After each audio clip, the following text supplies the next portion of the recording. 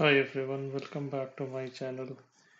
In this video, we are going to discuss about creating a REST API using Falcon and Python. So let's jump into it. So first thing, what you need to do is you have to install few of the required dependencies. One is Falcon uh, 311 and then Unicorn. This is another dependency where you want to run the production server. And if you want to save the data in the database, you can use Mongo or any other different database. But I'm using MongoDB here, which is very simple.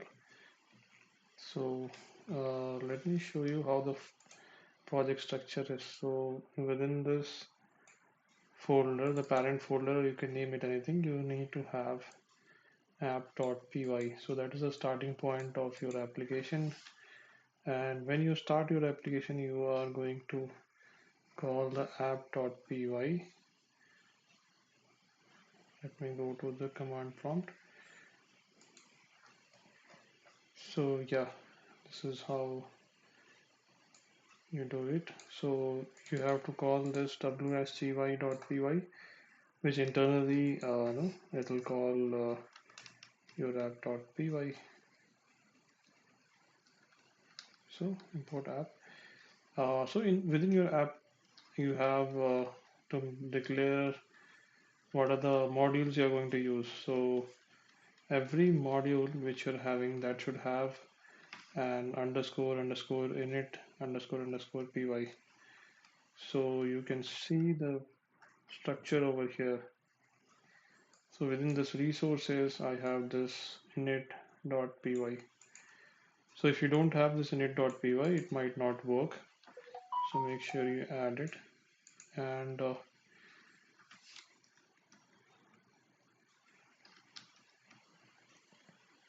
coming back to the main code, which is within the items, let's go to the products first. So what we are doing here is we are having a variable where we are going to save the data. So I've named it as items, and then we have three APIs here. One is get API, other one is post API, and the other one is delete API. So what will happen is when you do a get, uh,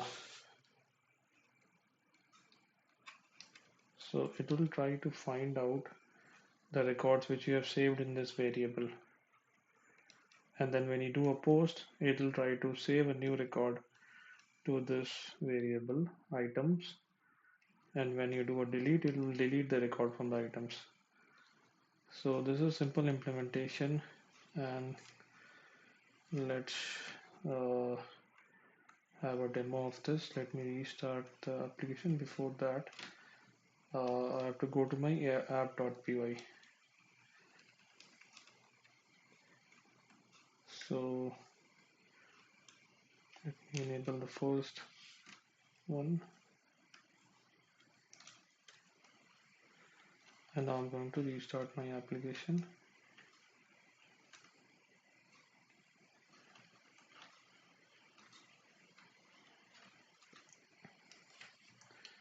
Okay, so how do you start it? You just stop it and then go to this Python is the command. Either you have Python or Python 3 if you are using both 2 and 3, and then call this file wsgi.py. So we have seen what it does. It will import the app module, and then no, the server will get started.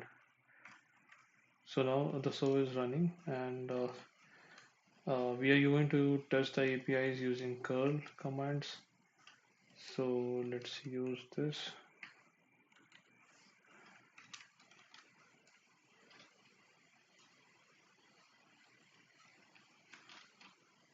So I'm just calling this items. I don't see any data, and it shows me a blank array, right? And then what I can do is I can insert a new record, right? So I've inserted a new record which has got the ID as 1, and then when I do a get API again, I see that record over there. Okay, and I can insert multiple records also.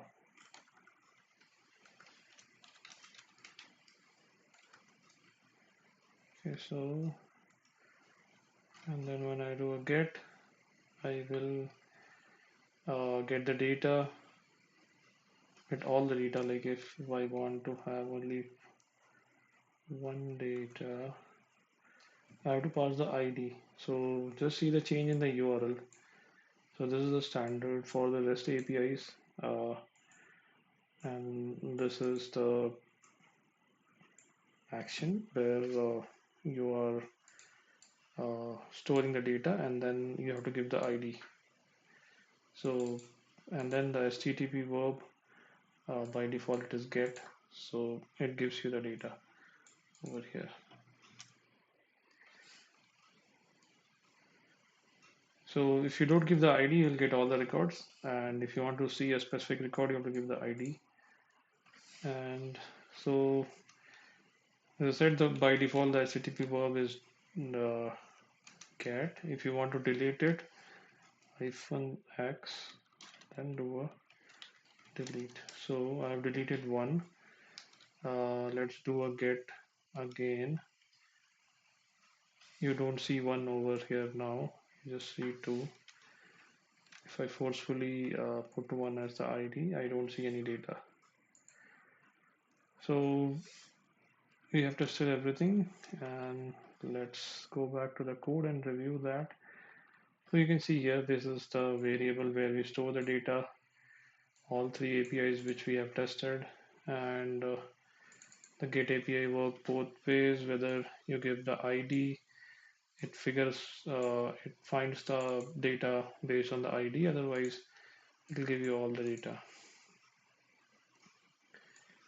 Okay, so this is how a simple REST API is implemented. This is not a production code, this because when you stop and start the server, all your data is gone because it is stored in a local variable. So when I start this again, server is running. Let's go back to terminal again, and when I do get, I don't see any data. You can see a blank one. So what we have to do is we don't have to be uh, doing in this way. We have to actually store the data in a database. So first step is you go to, you have to create a different implementation, which is something like this. You have to create a connection to your Mongo database, and then uh, you just select the collection.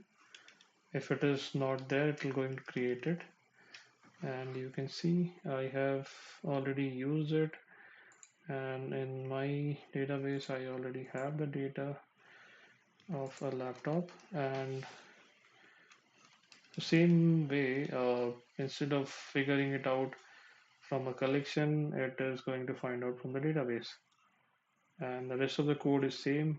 The changes are where we were trying to push it to a array. Instead of that, we are pushing it to the collection. So what change we have to do? So your app.py is where you make most of the changes, and other dependent files will be called from the app.py. So I'm just changing it to a different implementation.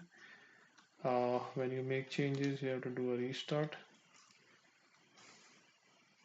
Okay, now it's done.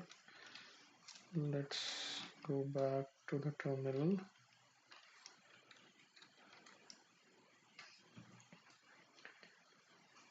Okay, and let's do a get API. So you can see I've already saved laptop, so it's there. And now I'm going to create a new record with tablet. So if I do a get now, I will get both laptop and tablet. See, the ID is different.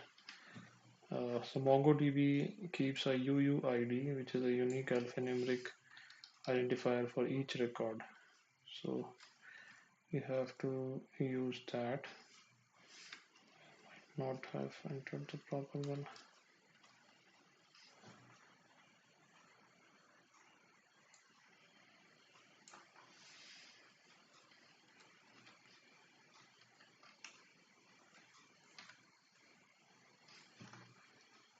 For some reason it's not able to get it.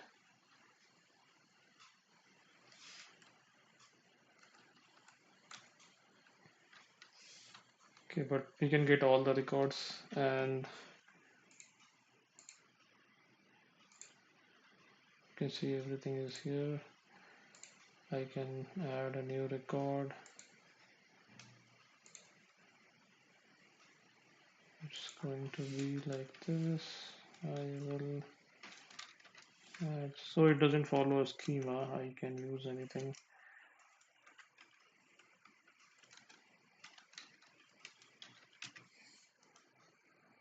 Okay.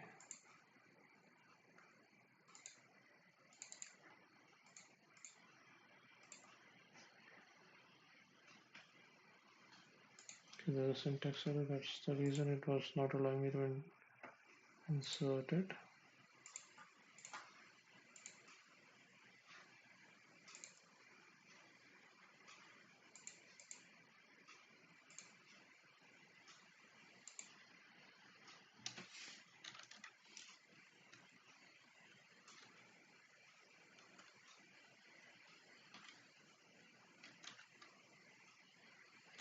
Not very user friendly, this MongoDB compass.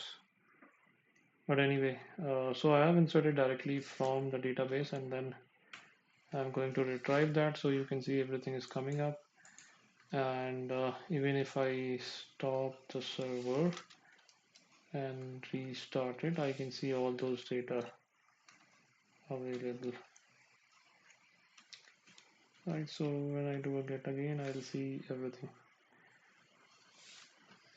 So this is how it works, and let's do a final review of the code. So this is your parent directory. You have the app.py, which is the main file, which will be called from wsgy.py. When you start the program, you will call wsgi.py and then call the apps.py. So app.py, you can map your URL to the actual uh, service. So I can have this uh, file which will be mapped to some URL. And if you see here, this is my URL items, and then item is a name of the Python class file, which will have the methods to get, post, and delete. Okay, and then you have to map all the specific IDs, the URLs which are required. So once you have done the mapping, you can come to the main implementation, where you have to create a Python class.